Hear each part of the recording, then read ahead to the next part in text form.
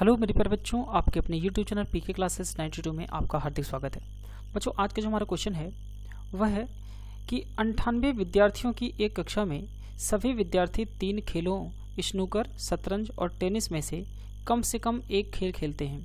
42 विद्यार्थी स्नूकर खेलते हैं, 49 टेनिस खेलते हैं और 43 शतरंज खेलते हैं और कोई भी और केवल 2 खेल खेलने वाले विद्यार्थियों की कुल संख्या 29 है और 5 विद्यार्थी तीनों खेल खेलते हैं।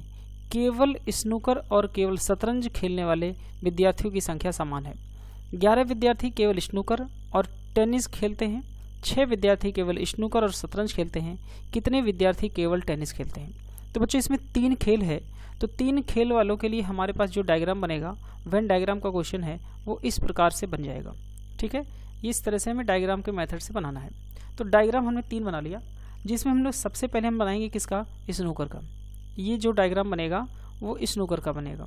ठीक है, इसके बाद यहाँ पे जो डायग्राम बनेगा वो बन जाएगा शतरंज का। किसका बन जाएगा? यह शतरंज का बन जाएगा। और यह जो डायग्राम बनेगा वो हमारा बनेगा टेनिस का।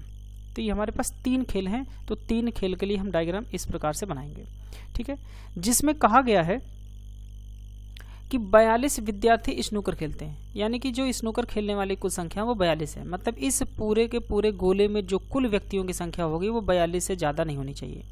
शतरंज खेलने वाले कितने हैं? 43 हैं। टोटल शतरंज खेलने वाले 43 हैं। मतलब इस पूरे बॉक्स में जो गोले में है इसमें टोटल 43 विद्यार्थी होंगे। ठीक, टेनिस खेलने वाले जो हैं वो हैं 49। कितने हैं? 49 हैं। ठीक है, टेनिस खेलने वालों की संख्या 49 है। मतलब ये टेनिस वाले में पूरे बॉक्स में टोटल 49 लोग आ जाएंगे। ठीक है, समझ पा रहे इतनी बात? अब आगे बढ़ते हैं। जो सवाल में बोला केवल उतना करना है, हमें कुछ भी एक्स्ट्रा दिमाग नहीं लगाना और ना ही हमें कोई इसमें बवाल करना है। बहुत आसान से सवाल लगा पाएंगे आप। इसके बाद कंडीशन है कि केवल 2 खेल खेलने वाले विद्यार्थियों की कुल संख्या 29 है। मतलब 2 खेल खेलने वाले जो व्यक्ति यहाँ होंगे वो 2 खेल होंगे, फिर यहाँ होंगे और यहाँ होंगे। ये 3 ऐसी जगह है जहाँ पर 2 खेल खेलने वाले होंगे और इन टोटल मिलाकर के इन सब का 29 होना चाहिए। ठीक है, आगे बढ़ते हैं कि 5 विद्यार्थी तीनों खेल खेलते हैं। मतलब तीनों खेल खेलने वाले 5 विद्यार्थी, जो कि 5 विद्यार्थियों की संख्या यहाँ पे आ जाएगी, जो तीनों खेल खेलते हैं। स्नूकर भी है, शतरंज भी है और टेनिस भी है। ठीक है, केवल स्नूकर और केवल शतरंज खेलने वाले विद्यार्थियों की संख्या समान है। मतलब यहाँ जो संख्या होगी वही संख्या यहाँ भी होगी और ये दोनों लोग जो दोनों की संख्या बराबर होगी। ठीक है, 11 विद्यार्थी केवल स्नूकर और टेनिस खेलते हैं। तो 11 विद्यार्थी हैं जो स्नूकर और टेनिस दोनों को मिलाकर खेलते हैं, तो हो गए कुल 11। इसके बाद कह रहा है कि 6 विद्यार्थी हैं जो स्नूकर और शतरंज खेलते हैं। तो बच्चों, यहाँ पे जो 6 विद्यार्थी हैं वो स्नूकर और शतरंज दोनों खेलने वाले हैं, तो यहाँ पे संख्या कितनी हो जाएगी? 6 हो जाएगी। इतना समझ पा रहे बात? अब आगे बढ़ते हैं। अच्छा, सबसे पहले हमें यहाँ पे इतने डाटा दिया गया है और इतने डाटा से हम यहाँ पे कंप्लीट कर सकते हैं। दूसरी बात, हमें कहा गया है कि जो एक पॉइंट यहाँ पर देख लीजिए कि केवल स्नूकर और केवल शतरंज खेलने वाले विद्यार्थियों की संख्या कितनी है? समान है। और यहाँ पे एक बोला गया है कि केवल 2 खेल खेलने वाले विद्यार्थियों की संख्या कुल संख्या कितनी है? 29 होना चाहिए। तो अगर 12 और 11 और 6 कितना हो जाएगा यहाँ पे? 17। अब 17 में हमें कितना और जोड़ दें कि जिससे 29 हो जाए, तो हम यहाँ पे संख्या लिख सकते हैं। ठीक है, तो 11 और 6 हो जाएगा कितना? 17। और 17 में अगर हम 12 जोड़ दें तो 17 और 12 मिलाकर हो जाएगा 29। मतलब देखिए यहाँ पे जो 2 खेल खेलने वाले व्यक्तियों की संख्या वो टोटल कितनी हो गई? 29 हो गई।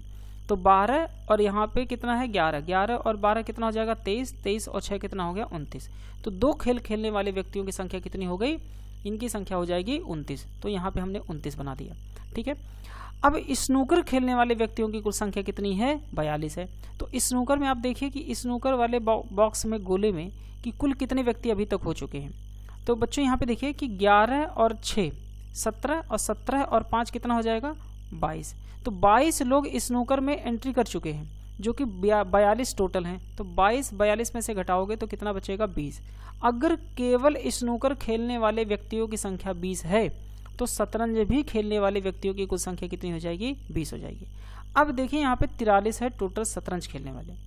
तो 12, 5, 17 और 17 और 6 कितना हो जाएगा? 23 और 23 और 20 कितना हो गया? 43। तो कुल शतरंज में भी कुल व्यक्तियों की संख्या कितनी हो जाएगी? 43 हो जाएगी। तो यहाँ पे 43 दिया हुआ है। ठीक है, अब आपसे पूछा है कि केवल विद्यार्थी जो हैं टेनिस खेलते हैं उनकी संख्या बतानी है।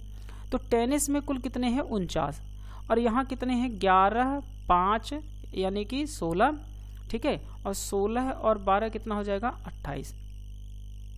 ठीक, अब हमारे पास 28 हो गए, तो अब हमारे पास टोटल कितने हैं 49, और इनके गोले में, टेनिस के गोले में कुल व्यक्तियों की संख्या कितनी है, यहाँ पे 11, 5, 16, 16 और 12 कितने हो गए 28।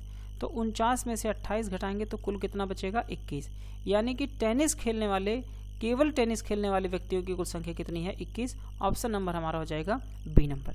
बात समझ पा रहे हैं? ठीक है, ये 11 लोग ऐसे हैं जो स्नूकर और टेनिस दोनों खेलते हैं। ठीक है, ये 6 लोग हैं जो स्नूकर और शतरंज दोनों खेलते हैं, और ये 12 लोग ऐसे हैं जो शतरंज और टेनिस दोनों खेलते हैं, और ये जो 5 हैं ये तीनों खेल खेलते हैं। ठीक है, ये जो 20 आया है ये केवल स्नूकर खेलने वाले व्यक्तियों की संख्या है, और यहाँ जो 20 है वो केवल शतरंज खेलने वाले व्यक्तियों की संख्या है, और जो 21 है वो केवल टेनिस खेलने वाले व्यक्तियों की संख्या है। ठीक है, अब अगर हम सबको जोड़ेंगे तो यहाँ टोटल 49 हो जाएगा, अगर इस बॉक्स में सबको जोड़ेंगे तो 43 हो जाएगा, और इन बॉक्स में सबको जोड़ेंगे तो कितना हो जाएगा 42। तो इसका आंसर जो होगा केवल टेनिस खेलने वाले व्यक्तियों की संख्या वो 21 हो जाएगी। Option number B is the right answer.